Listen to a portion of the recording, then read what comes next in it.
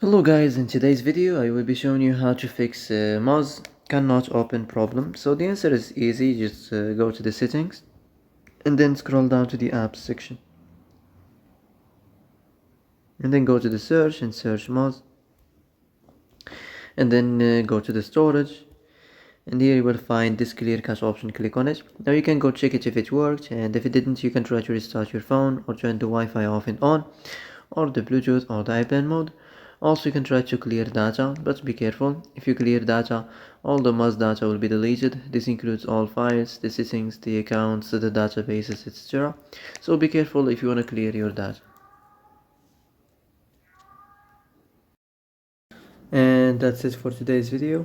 I hope this is the answer you've been looking for.